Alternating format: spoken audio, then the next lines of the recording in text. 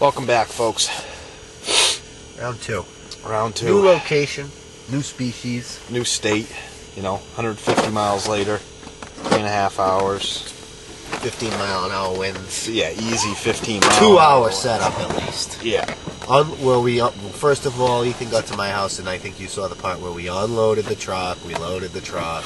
We unloaded it at John's. We loaded it this morning. We unloaded it at the lake. And wait, hold on. Out. Before you even continue on, because you're only like a quarter of the way through the unload and the load stage, I got to insert an emoticon here. Imagine me being a not-so-happy smiley face and a wall in front of me, and I'm holding on to the wall. I'm going like this. Yep. Smashing my head into the wall. One. And actually, if you really want to get right down to it, I mean, we've had a nightmare so far. I mean, let's just face it. We hate ice fishing. Yeah, we said that, I think, before we even We kind of said that on the way up. Yeah, on the way up here. We kind of established that fact. Yeah. The whole thing is, I'm thinking, I mean, what was this dilemma you had this morning? Well, my second tip-up, I got my first tip-up out, no problem. Totally did not bring my big spools, which sucks because I have my walleye tip-ups and we're fishing 50 feet of water, so half my line is already off my spool just to get down to the bottom. Second tip-up, go to set it up, get it all the way down to the bottom.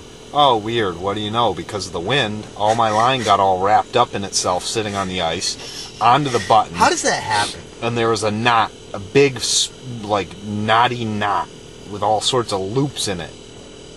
Not pretty loops, ugly loops, right near the button. So what did I have to do? Had to cut the line, pull the shiner back up, get another tip-up out, put it all the way back down again.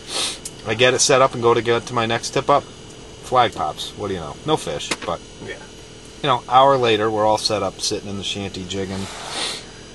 Not quite jigging. Well, Dino's not jigging. He's still prepping. Dino did already get a keeper, so that was real cool. I got a 22.5, which is a half-inch short of a keeper, but beautiful fish regardless. So through the trials and tribulations, we have come out on top somewhat. You call that on top? I still haven't eaten since 10 a.m. about 2 days ago. It's probably about 8:30, and I'm already who feels drinking. like cooking? Who feels like cooking, really? Yeah, it'll be a couple hours before I go cooking any breakfast sandwiches. Yeah. I gotta get a fish on a jig first. That's who really feels like it. And then, the other great thing about today, too, is that it's so warm out that when you do catch a fish and your hands get all wet, you pretty much immediately get frostbite on your hands. And immediately. We all know that frostbite is such a lovely, lovely feeling. And then the other good thing is you warm your hands up after you handle your fish and you get your line back down and stuff. And then when you go to reel all your line back up, you get frostbite again. Like I'm just starting to feel my pinky again now, because that's the part that holds the spool when I reel it. And can I just say, with the lake trout here, getting the hook out is pretty much you're tying a new hook on. It's impossible. Yeah. There's no possible way unless you're sitting on your tip up and it goes off and you hook it instantly. How could you possibly get the hook out of their gut? I mean, they're ass hooking. I mean, they're putting they just so suck the whole thing down. It's so basically now you're frozen cold. You got your line freezing on the ice making knots. And then you got to go back out there with the hook, because you don't run. You want to get to your flag, so you don't bring a hook. Right, of course. I mean, clearly, you don't. Or the camera, or anything. So by the time it's frostbite and it's stage 3 hypothermia. By the time you get back into the shanty. Stage 3, stage 4, you're very close to. I mean, I actually thought I saw a pink elephant the last time I was coming back in.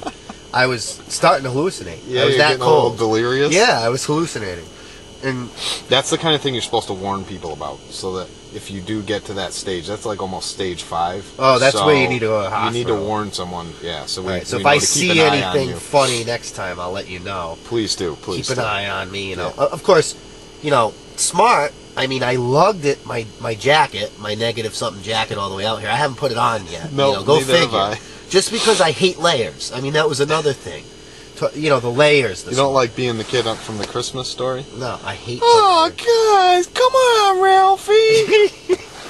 Ralphie. So that's what we've gone That's through where we today. are right now. It's too cold to even do any of the emoticons that we like to do. We didn't even do an emoticon for No. decent fish. No, there was no dancing banana for a keeper laker, which is BS. Really, but, yeah, really. I mean, we were doing them for sunnies the other day. I know. When it was nice out. Now Yeah. we get keeper lakers, and we're just like, don't go up flag. We don't want any more flags for a little while. I mean, we just want to relax. Just why? Why do we do this?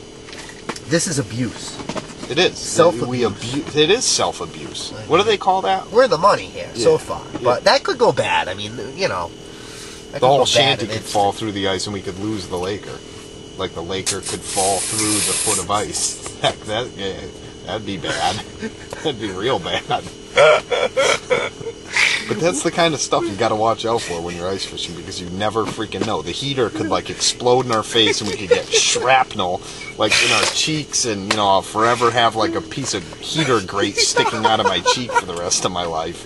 I'm sure Heather would love that when we go to get married. I got a heater grate, you know, permanently jammed into my cheekbone. The doctors are like, hey, I just can't get it out. I say, well, hey, that's why I love ice fishing. It's no problem. You're just gonna have to live with it, kid. Yeah, That's what the doc's gonna say. You're just gonna have to live with it, kid. I don't know what to tell you. No problem. No problem. Alright, so anyway, stay tuned. We'll stop rambling on because this is going to be like a half-an-hour video as it is. So Yeah. It's going to be a multi-part video. So, again, Stay stay tuned. tuned. We'll see you later. We love to post our whole life story, as others like to tell us. On these forums, the said forums. Yeah, the forums. Yeah, we like to post life stories because, That's you know, what we do. normal fishing posts are super, super interesting without all this garble and nonsense that we talk. Because then, you know, it would just be us going to the hole, catching the fish, and, yeah, okay, see you later, have a good day. Yeah, and then we could say 50 FOW. We 50 were fishing in. FOW. Oh, dude, Yeah. I got some really bad news for you. Well, We gotta get this on tape here. Look at your line on the end of your rod. Hold on, and this let me make is sure. why we like ice Let me fishing. make sure I got Oh, how nice. you're probably sweet already it 30 is. FOW. Oh, I'm 35 FOW, easy. I gotta pull it all the way back up. Is it really wrapped around it that like... Oh, it's really wrapped around it. Yeah. Yeah. Oh, yeah. Get a Laker on that. You dumbass. Alright, so anyway, yep. Oh, yeah, look, that's great. We're gonna get back to fishing now and hopefully concentrate a little bit more. Nice job, Dino. Back to why we love ice fishing. Dino has finally measured out his depth, even though he didn't need to, because I can see his jig on the Vex.